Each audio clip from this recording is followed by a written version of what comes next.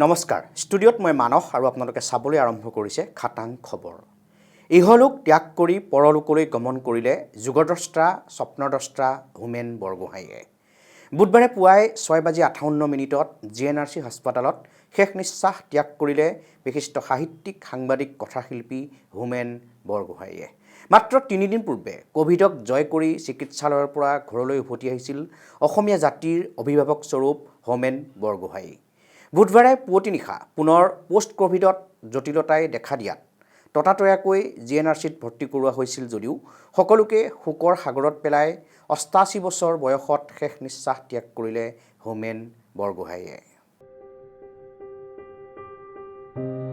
মহানায়কৰ মহাপ্ৰস্থান অসমীয়া সাহিত্য সাংবাদিক আৰু সমাজ জীৱনত এক বিশাল শূন্যতাৰ সৃষ্টি কৰি জীৱননাট সামৰিলে বিশিষ্ট সাহিত্যিক সাংবাদিক কথাশিল্পী হোমেন বৰগোহাঁইয়ে 1932 চনৰ 7 ডিচেম্বৰত জন্ম হৈছিল ঢকুৱাখানাত ডিব্ৰুগড় বালক বিদ্যালয়ৰ পৰা হাইস্কুলীয়া শিক্ষা সাং কৰি উচ্চ শিক্ষাৰ বাবে কটন কলেজলৈ আহিছিল হোমেন বৰগোহাঁই বুধবাৰে পুৱা জিএনআৰচিত শেষ নিশ্বাস ত্যাগ কৰা বৰগোহাঁইৰ নিথৰ দেহ প্ৰথমে তেওঁৰ হেঙেৰাবাৰীস্থ বাসগৃহলৈ নিয়াৰ পিছতে পৰ্যায়ক্ৰমে বৰগোহাঁইদেৱৰ কৰ্মজীৱনৰ প্ৰতিটো প্ৰতিষ্ঠানলৈ লৈ যোৱা হয় প্ৰতিটো কৰ্মস্থানতেই অশ্ৰুসিক্ত নয়নেৰে তেওঁলৈ শ্ৰদ্ধাঞ্জলি জ্ঞাপন কৰে সহকৰ্মী তথা সতীৰ্থসকলে জীৱিত কালতেই কিংবদন্তীত পৰিণত হোৱা হোমেন বৰগোহাঁইৰ বিশাল ব্যক্তিত্ব আৰু সৃষ্টিৰাজিয়ে সদায় চহকী কৰি থাকিব অসমীয়া সমাজ জীৱন অসমীয়া সাহিত্য আৰু সাংবাদিকতাৰ পথাৰখনক ৰামধেনু যুগতেই সাংবাদিকতা আৰম্ভ কৰা বৰগোহাঁইয়ে বহন কৰিছিল বহুকেইখন কাকত আলোচনীৰ সম্পাদকৰ গুৰুদায়িত্ব নীলাচল সূত্ৰধাৰ নাগৰিক অসমবাণী আমাৰ অসম নিয়মীয়া বাৰ্তাৰ সম্পাদকৰ দৰে গুৰুদায়িত্ব গ্ৰহণ কৰিছিল বিশিষ্ট কথাশিল্পীজনে বহুকেইখন উপন্যাস বহু প্ৰবন্ধ গল্প আৰু গদ্যৰে অসমীয়া সাহিত্যৰ ভঁৰালটো চহকী কৰি থৈ যোৱা হোমেন বৰগোহাঁইৰ উল্লেখযোগ্য উপন্যাসসমূহৰ ভিতৰত হাওদৰ পুতেকে নাও মেলি যায় অস্তৰাগ পিতা পুত্ৰ হালধীয়া চৰায়ে বাওধান খায় তিমিৰ তীৰ্থ কুশী ল'ব এদিনৰ ডায়েৰী বিষণ্ণতা নিসংগতা সুবালা মৎস্যগন্ধা আদি উল্লেখযোগ্য তেখেতৰ আত্মজীৱনীমূলক গ্ৰন্থ আত্মানুসন্ধান মোৰ সাংবাদিক জীৱন ধুমুহা আৰু ৰামধেনু মোৰ হৃদয় এখন যুদ্ধক্ষেত্ৰ উল্লেখযোগ্য প্ৰবন্ধ সংকলন গদ্যৰ সাধনা মানুহ হোৱাৰ গৌৰৱ প্ৰজ্ঞাৰ সাধনা আৰু উচ্চাকাংক্ষা অসম সাহিত্য সভাৰ সভাপতিৰ পদ অলংকৃত কৰা হোমেন বৰগোহাঁইয়ে পিতা পুত্ৰ উপন্যাসখনৰ বাবে 1978 চনত লাভ কৰিছিল সাহিত্য একাডেমী বঁটা সন্মানিত হৈছিল শ্ৰীমন্ত শংকৰদেৱ বঁটাৰেও তেওঁ লাভ কৰিছিল অসম উপত্যকা নীলমণি ফুকন বঁটা কেইদিনমান পূৰ্বে কোভিডক জয় কৰিছিল বিশিষ্ট সাংবাদিক সাহিত্যিকজনে পোষ্ট কোভিড জটিলতাই দেখা দিয়াত মঙলবাৰে পুনৰ ভৰ্তি কৰাইছিল জিএনআৰচি পূৰ্বৰ দৰেই কোভিডক জয় কৰি অসমীয়া জাতীয় জীৱনৰ অভিভাৱকজনে আকৌ ঘূৰি আহিব বুলি সকলোৱে আশা প্ৰকাশ কৰিছিল যদিও এইবাৰ সকলোকে শোকৰ সাগৰত পেলাই ইহ জীৱন ত্যাগ কৰিলে বিশিষ্ট কথাশিল্পীজনে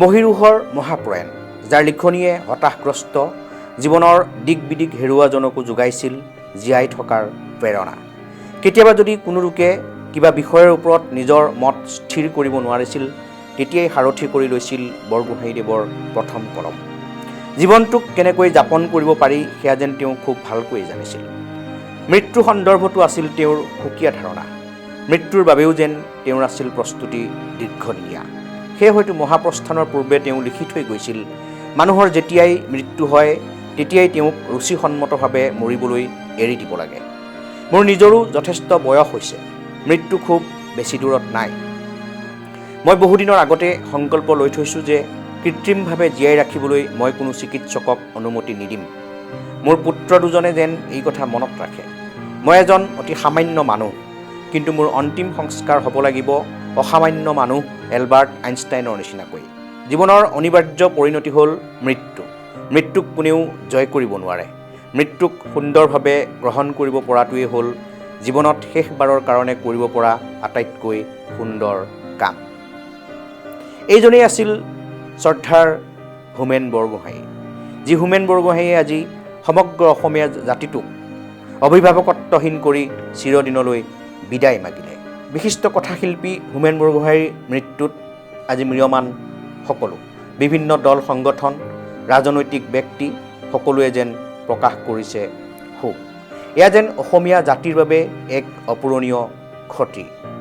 নৱগ্ৰহত শেষকৃত্য অনুষ্ঠান, ক'ভিড প্ৰট'কলৰ মাজেৰেও আহি বিশিষ্ট কথাশিল্পীজনক শেষ বিদায় জনাবলৈ সমবেত হ'লহি বহুসংখ্যক গুণমুগ্ধ।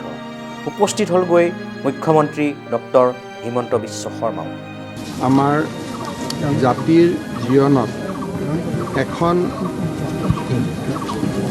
কাৰো সৈতে তুলনা কৰিব নোৱাৰা এখন আসন তেখেতে দখল কৰি লৈছিল।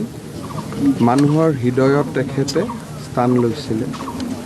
অন্যায়ৰ বিৰুদ্ধে প্ৰতিবাদ, দুখীয়া দৰিদ্ৰ আৰ্তজনৰ জীৱনৰ লগত নিজকে খাপ খুৱাই তেওঁলোকৰ জীৱনৰ কাহিনী সমাজ জীৱনৰ আগত দাঙি ধৰা, হালধীয়া চৰাই বাওধান খাইৰ পৰা আৰম্ভ কৰি দুখীয়া আৰু দৰিদ্ৰজনৰ সৈতে নিজক একাকাৰ কৰি তেওঁলোকৰ হৈ কথা কোৱা এনে এগৰাকী মহীৰূহক হেৰুৱাই আজি আমাৰ জাতিটো শোকত ম্ৰিয়মান হৈ পৰিছে। মই অসমৰ সকলো ৰাইজৰ হৈ আৰু আমাৰ চৰকাৰখনৰ হৈ হোমেন বৰগোহাঁই ডাঙৰীয়াৰ মৃত্যুত, তেখেতৰ পৰলোক প্ৰাপ্তিত আমি সকলোৱে গভীৰ শোক প্ৰকাশ কৰিছোঁ। তেখেতে এৰি থৈ যোৱা স্থান আমি কেতিয়াও পূৰণ কৰিব নোৱাৰোঁ, কিন্তু তেখেতে দেখুৱাই যোৱা আদৰ্শেৰে অন্তত কিছু দূৰ খোজ কঢ়াৰ আমি চেষ্টা কৰিব পাৰোঁ। হোমেন বৰগোহাঁই ডাঙৰীয়াৰ পাৰ্থিৱ শৰীৰ আজি আমাৰ মাজৰ পৰা আঁতৰি গ'লেও তেখেতৰ লিখা, তেখেতৰ কথা আৰু তেখেতৰ আদৰ্শ আমাৰ মাজত জীয়াই থাকিব। প্ৰথম আৰম্ভণিতে আহোঁতে আপোনাৰ ৰাজনৈতিক জীৱনৰ ভৱিষ্যত দেখিছিল তেওঁ, আৰু একমাত্ৰ অসমৰ থিংকিং পলিটিচিয়ান বুলি আপোনাক অভিহিত কৰিছিল। তেখেতৰ লগত মোৰ এক বহুদিনীয়া ব্যক্তিগত সম্পৰ্ক আছিলে।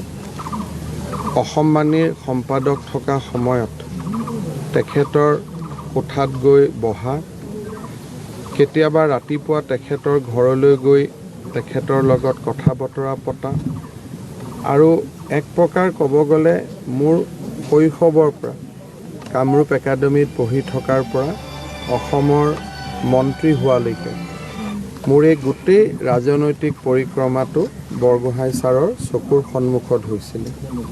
কেতিয়াবা মোক তীক্ষ্ণভাৱে সন্মুখত বহুৱাই লৈ তেওঁ সমালোচনা কৰিছিল, আৰু যেতিয়া কেতিয়াবা পথচ্যুত হোৱাৰ তেওঁ আগজাননী পাইছিল, তেখেতে মাতি আনি মোক কেনেকৈ আগবাঢ়ি যাব লাগে তাৰ বিষয়ে তেখেতে সুপৰামৰ্শ মোৰ আগত দাঙি ধৰিছিল।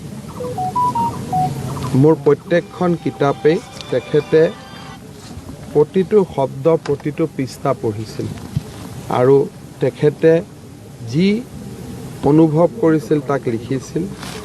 বিশেষকৈ মোৰ মনত আছে কেতিয়াবা তেওঁ মোলৈকে একোখন চিঠি দিয়ে।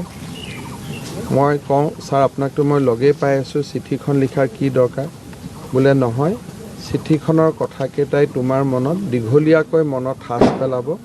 কথাখিনি হয়তো উঠি যোৱাৰ পিছতে পাহৰি যাবা, কিন্তু চিঠিখন তোমাৰ মনত এই কথাখিনি স্থায়ীভাৱে সাজ পেলাব। তেখেতে মোক অদ্ভুত মৰম কৰিছিল, কিন্তু বহুতো কথা বতৰাক বা তেওঁ যদি কোনোবা কথাৰ লগত একমত নহয় তাক কঠোৰভাৱে সমালোচনাও কৰিছিল। ব্যক্তিগতভাৱে এজন সঁচা অৰ্থত আমি পিতৃপুৰুষ হেৰুৱালোঁ, এজন পুৰোধা ব্যক্তিক হেৰুৱালোঁ, কিন্তু ব্যক্তিগত জীৱনতকৈ অসমে এগৰাকী উজ্জ্বল জ্যোতিষ্ক হেৰুৱালে। সাংবাদিকতাৰ পৰা সাহিত্যলৈ, আৰু ইমান স্পষ্টবাদিতা, যি স্পষ্টবাদিতাত ক'তো অলপো কৃত্ৰিমতা নাই। মনত যি ধৰণে ভাবিছোঁ অত্যন্ত স্পষ্টবাদিতাৰে কথা কোৱা, কেতিয়াবা সোঁতৰ বিপৰীতে গৈ কেতিয়াবা নিজেই সোঁত সৃষ্টি কৰি হোমেন বৰগোহাঁই ডাঙৰীয়াই এক আমাৰ জাতীয় জীৱনত এখন অদ্ভুত আসন তেখেতে দখল কৰিছিল। ঢকুৱাখানাৰ মানুহৰ জীৱনৰ পৰা চিকিৎসা মহাবিদ্যালয়ৰ চিকিৎসা লৈ থকা আৰ্তজনৰ পৰা কৰোণা ধাৰালৈকে তেখেতে কোনো কথাই নাপাহৰিছিল। আৰু বেয়া পালে তোমাক মই বেয়া পাইছোঁ বুলি আৰম্ভ কৰাৰ সাহস তেওঁ ৰাখিছিল। আমি সঁচা অৰ্থত এগৰাকী মহিৰো হেৰুৱালোঁ। স্যাৰ এনেকুৱা এটা আপোনাৰ যি আপোনাক সদায় আমনি কৰিলে বা স্মৰণ হোমেন বৰগোহাঁই ডাঙৰীয়াৰ অনুপস্থিতিয়ে বিশেষকৈ মই মুখ্যমন্ত্ৰীৰ দায়িত্ব লোৱাৰ পিছত তেওঁ যেতিয়া চিকিৎসা মহাবিদ্যালয়ত চিকিৎসাধীন হৈ আছিলে প্ৰতিটো দিনেই তেখেতৰ চিকিৎসাৰ খবৰ লোৱা, মেডিকেল কলেজলৈকে গৈ তেখেতৰ কথা বতৰা লোৱা, ঘৰলৈ ঘূৰি আহিবৰ বাবে তেওঁৰ প্ৰচণ্ড হেঁপাহ আছিল। কেতিয়াবা খং উঠিছিল, ডাক্তৰে ৰিলিজ কৰিব নোৱাৰিলে, অভিমানত তেওঁ নোখোৱা এৰি দিছিলে। এটা সময়ত আমি তেওঁক হস্পিটেলৰ পৰা আহিব দিব খোজা নাছিলোঁ, কিন্তু এটা সময়ত তেখেতৰ মান আৰু অভিমানৰ ওচৰত আমি হাৰ মানিছিলোঁ। বিশেষকৈ যেতিয়া ঘৰৰ পৰা আমাক ক'লে যে মেডিকেলত এই ধৰণে থকাতকৈ ঘৰত থাকিলে ছাৰে বেছি সুবিধা পাব, হয়তো স্বাস্থ্যৰ সোনকালে উন্নতি হ'ব, তেতিয়া আমি তেখেত মেডিকেল কলেজৰ পৰা তেখেত ঘূৰি আহিছিলে। ব্যক্তিগত জীৱনত বিশেষকৈ মোৰ মুখ্যমন্ত্ৰীৰ কাৰ্যকালত হয়তো মোৰ ভালখিনিক বহুতে প্ৰশংসা কৰিব আৰু বেয়াখিনিক কোনোবাই ইমান বেয়াকৈ লিখিব যে সেইখিনি হয়তো মই নপঢ়িম। কিন্তু সঁচাক সঁচা বুলি কোৱা আৰু মিছাক মিছা বুলি কোৱা আৰু মোক কক্ষচ্যুত হ'লে কক্ষলৈ উভতাই আনিব পৰা এগৰাকী অভিভাৱকক মই ব্যক্তিগতভাৱে হেৰুৱালোঁ।